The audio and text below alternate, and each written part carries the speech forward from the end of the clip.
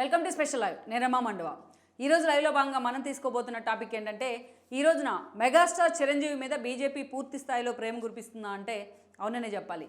మెగాస్టార్ని BJP own చేసుకునేందుకు ప్రయత్నాలు చేస్తుందా అంటే అది కూడా అవునని చెప్పుకోవాలి. ఎందుకంటే ఇది ఈ రోజున ఇప్పటికిప్పుడు మెగాస్టార్ మీద మోడీకో అమిత్ షాకో పుట్టిన ప్రేమ అయితే కాదు. ఆల్మోస్ట్ గత 4.5 ఏళ్లుగా చిరంజీవి మీద అదే స్థాయిలో బీజేపీ నేతలు ఫోకస్ పెట్టారు. అదే స్థాయిలో ఆయన ఓన్ చేసుకునేందుకు కూడా ట్రై చేశారు. మోడీ షా అనేక సార్లు చిరంజీవికి ఆ ప్రయారిటీ ఇచ్చే ప్రయత్నం చేశారు. బట్ తాను మాత్రం ప్రజారాజ్యం లాంటి ఒక బిట్టర్ ఎక్స్పీరియన్స్ తర్వాత తను రాజకీయాలకు దూరంగా ఉంటానంటూ చిరంజీవి తనకు ఆహ్వానం వచ్చిన అన్ని పార్టీలను కూడా దూరం పెట్టే ప్రయత్నం చేస్తున్నారు. అయితే అలాంటి సందర్భంలో ఈ రోజున తీరా ఎన్నికలు దగ్గర పడుతున్న ఈ సమయంలో చిరంజీవిని నిజంగానే మరోసారి బీజేపీ అగ్రనేతలు ఓన్ చేసుకునే ప్రయత్నం చేస్తున్నారు. లేటెస్ట్గా చూసినట్లయితే ప్రత్యేకంగా తెలుగు ఇండస్ట్రీ నుంచి చిరంజీవికి అయోధ్య రామ జన్మభూమి ఓపెనింగ్కు ప్రతిష్టాపన మహోత్సవానికి ఆయనకు ఆహ్వానం అందింది. స్వయంగా ఆ ఆహ్వానాన్ని చిరంజీవే మీడియా ముందు కూడా ప్రకటన చేసే ప్రయత్నం చేశారు. అది చాలా తాను ప్రెషియస్గా భావిస్తున్నట్టు కూడా ఆయన మాట్లాడడం జరిగింది. పలు ఇండస్ట్రీల నుంచి అక్కడ ప్రముఖులందరినీ పిలుస్తూ ఉన్నప్పటికీ ఎస్పెషల్లీ తెలుగు ఇండస్ట్రీ నుంచి చిరంజీవి లాంటి ఒక్కడికే ఆహ్వానం అందడం మాత్రం ఈరోజు నిజంగానే హాట్ టాపిక్ అవుతుంది.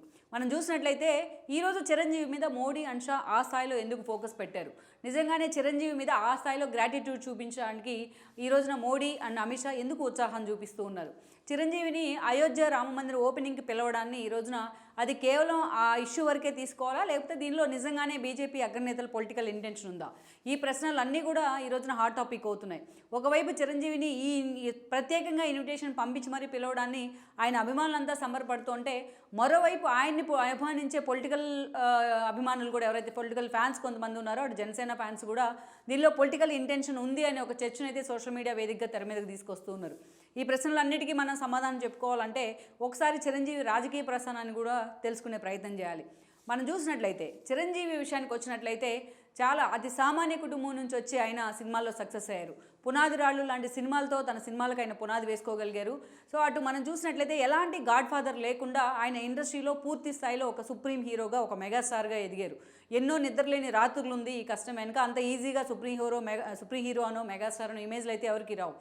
మనం చూసినట్లయితే డ్యాన్సుల్లో ఆయన చూపించే ఒక గ్రేజ్ కానీ, ఫైట్లో ఆయన చూపించే ఈజ్ కానీ చిరంజీవిని సుప్రీం హీరోగా నిలబడితే ఆ తర్వాత రోజుల్లో ఆయన ఇచ్చిన బ్లాక్ బస్టర్స్ అన్నీ కూడా ఆయన మెగాస్టార్ని చేశాయి. సో ఈ క్రమంలోనే చిరంజీవి తనకంటూ ఎలాంటి గాడ్ ఫాదర్ లేకుండా వచ్చి ఒక హిస్టరీని అయితే ఇండస్ట్రీలో క్రియేట్ చేసుకోగలిగారు. ఆ స్థాయిలో ఒక మాస్ ఇమేజ్ని కూడా క్రియేట్ చేసుకోగలిగారు ఆయన. సో అంతమంది అభిమానులు సంపాదించుకున్న చిరంజీవికి ఆ ఇమేజ్ని కానీ, ఆ అభిమానుల ద్వారా వచ్చిన క్రేజ్ కానీ అటు పొలిటికల్గా కూడా తనకు ఉపయోగపడుతుందని ఆయన అంచనా వేస్తున్నారు. లేకుంటే అప్పుడు రాజకీయాల మీద కూడా సీరియస్గా ఫోకస్ పెట్టాలని కూడా ఆలోచన చేస్తున్నారు. అలాంటి సిచ్యువేషన్లోనే ఆయన పొలిటికల్ అరంగేట్రం చేశారు. మనం చూసినట్లయితే 2009 ఎన్నికల కంటే ముందుగా ఆయన ప్రజారాజ్యం పార్టీ పేరుతోనే ఆ రోజు ఎన్నికల తెర మీదకి రావడం జరిగింది. రాజకీయాల్లోకి, ఉమ్మడి ఆంధ్రప్రదేశ్ రాజకీయాల్లోకి పేరులోనే ప్రజలను నింపుకున్న ప్రజారాజ్యం పార్టీ ఆ రోజు నిజంగానే ఒక సంచలనం అని అనుకోవాలి. సామాజిక మార్పు, సామాజిక న్యాయం అనేది ఆ పార్టీకి ట్యాగ్లైన్గా ఉండేది. సో అది ఒక కొత్త ఎజెండా. పార్టీలన్నీ కూడా తమ మేనిఫెస్టోలోనో తమ ఎజెండాలోనో ఇన్బిల్డ్గా పెట్టుకునేవి సామాజిక న్యాయం అనే కాన్సెప్ట్ను. బట్ చిరంజీవి ప్రజారాజ్యం అనే పార్టీ కింద ట్యాగ్లైనే సామాజిక న్యాయం అని ఉండేది. సో అలా సామాజిక న్యాయం పేరుతో చిరంజీవి తెర మీదకి వచ్చున్నారు. నిజంగానే ఆ పార్టీ కానీ, అటు చిరంజీవికి ఉన్న క్రేజ్ కానీ అప్పట్లో ఒక సంచలనం అనుకోవాలి. అటు అల్లు అరవింద్ లాంటి వాళ్ళు, తన బావ లాంటి వాళ్ళు పార్టీ బాధ్యతలు అన్నీ చూస్తే చిరంజీవి పూర్తి స్థాయిలో జనంలోకి వెళ్ళే ప్రయత్నం చేశారు. పవన్ కళ్యాణ్ లాంటి వాళ్ళు కూడా ఆ రోజున యువరాజ్యం బాధ్యతలు కూడా ఇవ్వడం జరిగింది. పవన్ కళ్యాణ్ పొలిటికల్ ఎంట్రీ కూడా అక్కడి నుంచే స్టార్ట్ అయిందని మనం అనుకోవాలి. సో చిరంజీవి ఎక్కడికి వెళ్ళినా ప్రజలు కూడా ఆ స్థాయిలో ఆయనకు బ్రహ్మరథం పట్టారు. అది తెలంగాణనా లేకపోతే అది ఏపీనా అన్న తేడా లేకుండా ఆ స్థాయిలో ఉమ్మడి ఆంధ్రప్రదేశ్లో తనకంటూ ఒక ట్రెండ్ సెట్ చేయగలిగారు ప్రజారాజ్యం పేరుతో చిరంజీవి. అయితే తీరా ఎన్నికల సమయానికి మాత్రం ఆ పార్టీలో వచ్చిన కొన్ని ఏదైతే ఒడిదుడుకులు కూడా చిరంజీవిని 2 years ఎన్నికల వైపు నడిపించే దిశలో ఆయనకు ఆటంకాలుగా తయారయ్యాయి. ఆ ఎన్నికలు తాను అధికారంలోకి ఎలాగైనా రాబోతున్నానంటూ కూడా చిరంజీవి చేసిన ప్రయత్నం మాత్రం ఆ రోజున ఒక విఫల ప్రయత్నంగా మిగిలింది. సీఎం స్థానంలో కూర్చోవాలని చిరంజీవి కేవలం 18 స్థానాలకే ఆ రోజు పరిమితం అవడం జరిగింది. ఆ రోజు చిరంజీవిని నమ్ముకొని ఎంతోమంది కాపు నేతలు, అటు కాపు సామాజిక వర్గం నుంచి రిప్రజెంట్ చేస్తున్న నేతలంతా కూడా కాంగ్రెస్ అండ్ టీడీపీ నుంచి ప్రజారాజ్యంలో కూడా చేరడం జరిగింది. కానీ ఆ రోజున మనం చూసినట్లయితే నిజంగానే ప్రజారాజ్యం అనేది ఒక సంచలనం. ఎలాంటి కారణాలు లేకుండానే పలువురు నేతలు చిరంజీవి వెంట దిగ్గజ నేతలంతా, తలపడిన నేతలు కూడా చిరంజీవి వెంట నడిచే ప్రయత్నం చేశారు. బట్ అది మాత్రం వాళ్ళతో పాటు పార్టీకి కూడా ఒక బెటర్ ఎక్స్పీరియన్స్ అయితే మిగిల్చింది. తాను ఓడిపోయిన తర్వాత 2009 ఎన్నికల తర్వాత తాను ఓడిపోయారు. 18 సీట్లకి ఆయన పరిమితమైన తర్వాత కొన్ని రోజులకే వైఎస్ రాజశేఖర రెడ్డి మరణం కానీ, ఆ తర్వాత రోసయ్య ముఖ్యమంత్రి, ఆ తర్వాత ఉమ్మడి రాష్ట్రానికి చివరి ముఖ్యమంత్రి కిరణ్ కుమార్ రెడ్డి.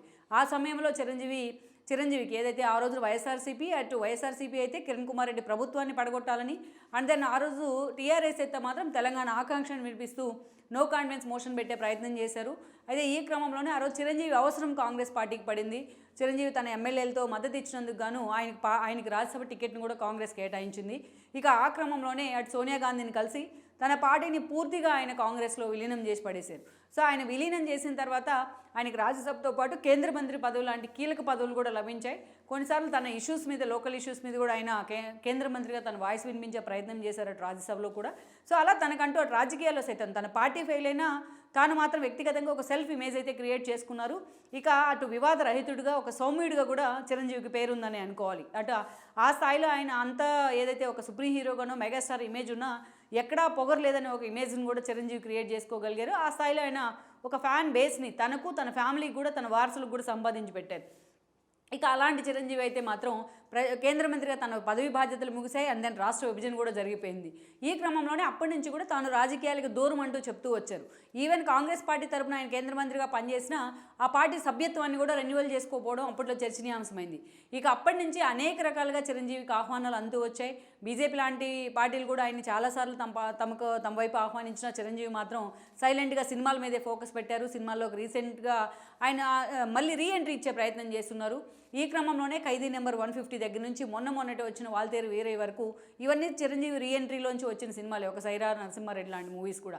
ఇక ఈరోజు చూసినట్లయితే ఇక చిరంజీవి మీద ఆ స్థాయిలో ఫోకస్ పెడతానికి కూడా కారణం ఉన్నాయి పార్టీలన్నీ. ఒక సెల్ఫ్ ఇమేజ్డ్ ఉన్న ఆయన నటుడుగా కావచ్చు, ఆల్రెడీ కేంద్ర మంత్రిగా పనిచేసిన ఒక ఎక్స్పీరియన్స్ కావచ్చు, అటు పూర్తి స్థాయిలో కాపు సామాజిక వర్గంలో తనకంటూ ఒక సాలిడ్ స్టాంప్ వేసిన చిరంజీవికి ఉన్న ఒక ఇమేజ్ కావచ్చు, ఇలాంటివన్నీ కూడా ఆయన మీద పలు పార్టీలు ఫోకస్ పెడతానికి కారణమయ్యాయి. చిరంజీవి టీడీపీ అధికారంలో ఉన్న సమయంలో టీడీపీ అధినేత చంద్రబాబు నాయుడు చిరంజీవి బర్త్డే కూడా స్పెషల్గా విషెస్ పంపుతూ ఉండేవాళ్ళు. ఎప్పుడు కూడా చిరంజీవిని ఆ స్థాయిలో ఆయన ప్రశంసిస్తూ ఉండేవాళ్ళు. చిరంజీవి కూడా అటు చంద్రబాబు నాయుడుతో చిరంజీవికి సన్నిహిత సంబంధాలే ఉన్నాయి. ఇక వేరేజ్ మొన్నటి వరకు తెలంగాణ సీఎంగా ఉన్న కేసీఆర్తో కూడా చిరంజీవికి సన్నిహిత సంబంధాలే ఉన్నాయి.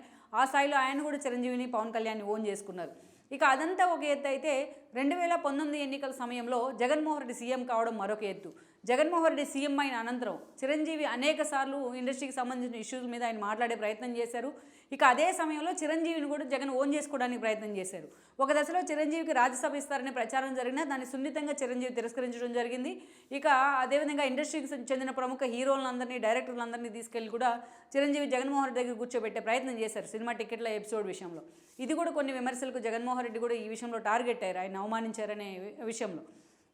ఇక ఒకవైపు పవన్ కళ్యాణ్ టార్గెట్ చేస్తూ తాను కాపు సామాజిక వర్గాల్లో ఎంత డీఫేమ్ అవుతున్నారో జగన్మోహన్ రెడ్డి. సో ఆ స్థాయిలో చిరంజీవిని దగ్గర చేసుకోవడానికి వైఎస్ఆర్సీపీ చాలాసార్లు ప్రయత్నం చేసింది. ఒకవైపు పవన్ కళ్యాణ్ పొగుడుతూనే పార్టీ వేదిక మీద నుంచి అదే స్థాయిలో చిరంజీవి మీద ప్రశంసలు పేరుని నాని లాంటి వాళ్ళు కురిపించిన సందర్భాలు అయితే చాలానే ఉన్నాయి. ఇక అలా చిరంజీవిని ఓన్ చేసుకోవడానికి వైఎస్ఆర్సీపీ ట్రై చేస్తే చిరంజీవి మాత్రం ఎక్కడ పొలిటికల్గా తాను వెళ్తున్నాననే ఒక ఫీలర్ మాత్రం ఎక్కడ ఇవ్వలేదు. ఇక ఇదే సందర్భంలో మనం చూసినట్లయితే తన పొలిటికల్ ఎంట్రీ గురించి వస్తున్న వార్తలన్నింటినీ కూడా ఆయన ఎన్నోసార్లు ఖండించే ప్రయత్నం చేశారు. ఇక అల్లూరు సీతారామరాజు విగ్రహావిష్కరణ జరిగింది భీమవరం వేదికగా, మోడీ చేతుల మీదుగా. అదే వేదిక మీద కూడా చిరంజీవికి ప్రత్యేక ఆహ్వానం అందింది. అటు ఇంకా టీడీపీ లాంటి పార్టీలు, వైఎస్ఆర్సీపీ లాంటి పార్టీలని పెద్దగా పట్టించుకొని మోడీ ఆ వేదిక మీద నుంచి చిరంజీవికి అత్యంత ప్రయారిటీ ఇచ్చే ప్రయత్నం చేశారు. అప్పట్లోనే చిరంజీవి మీద అంత మోడీ ఎందుకు ప్రేమ కురిపిస్తున్నారన్న చర్చ కూడా హైలైట్ అయింది అప్పట్లోనే. ఇక ఆ తర్వాత మనం చూసినట్లయితే ఇటీవలే చిరంజీవి మీడియా ముందు కూడా ఒక క్లారిటీ ఇచ్చే ప్రయత్నం చేశారు. ఒక 6 months బ్యాక్ తన మూవీ గాడ్ ఫాదర్ మూవీ లాంటి ప్రీ రిలీజ్ ఫంక్షన్స్లో తాను తన ఇంట్లో 2 పార్టీలు ఉండడం ఇష్టం లేకనే తను ఏ పార్టీ వైపు కూడా వెళ్ళడం లేదంటూ కూడా ఒకటి మాట్లాడారు. సో ఎప్పుడైనా తన మద్దతు తన తమ్ముడైన పవన్ కళ్యాణ్కే ఉంటుందంటూ కూడా మాట్లాడారు. చిరంజీవి అలాంటి స్టేట్మెంట్ ఇచ్చిన దగ్గర నుంచి ఈ రోజున అటు మెగా ఫ్యాన్స్ కూడా అవుట్ అండ్ రైట్ ఈరోజు పవన్ కళ్యాణ్కే మద్దతు ఇస్తూ వస్తున్నారు. అటు జనసేన క్యాడర్ కూడా చిరంజీవి సినిమాలను, ఆయన వారసుల సినిమాలను అదే స్థాయిలో ఓన్ చేసుకుంటూ వస్తుంది.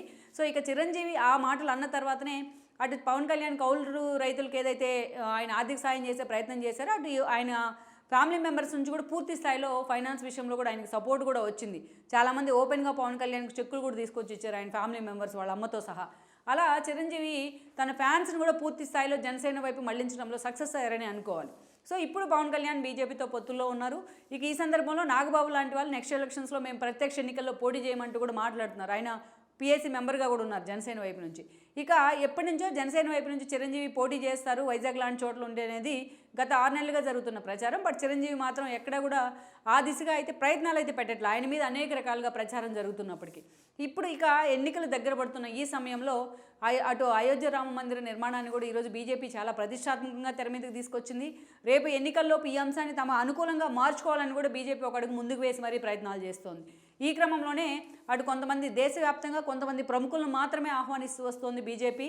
దానిలో భాగంగానే ఈ రోజున చిరంజీవికి ప్రత్యేకించి మోడీ నుంచి అదేవిధంగా అయోధ్య రామ మందిరం ట్రస్ట్ నుంచి కూడా ఈ రోజున ఆహ్వానం అందింది.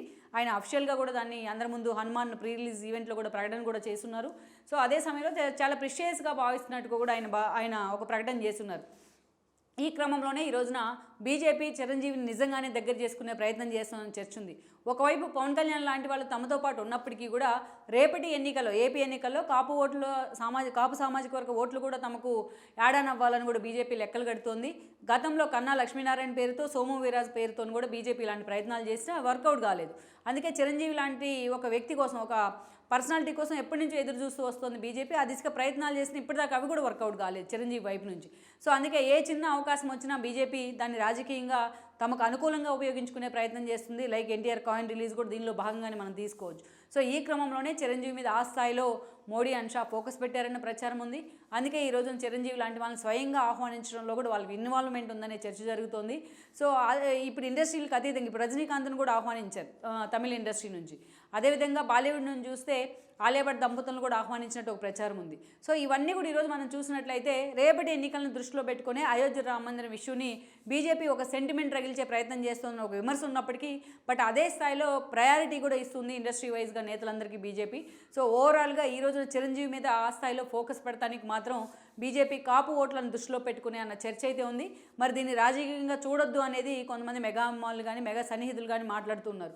బట్ అటు ఆల్రెడీ సోషల్ మీడియా వేదికగా అటు బీజేపీ ప్రతినిధులు మాత్రం ఇదే అంశాన్ని కూడా తెర మీదకి తెచ్చి చర్చకి తెరలేవనెత్తారనుకోవాలి.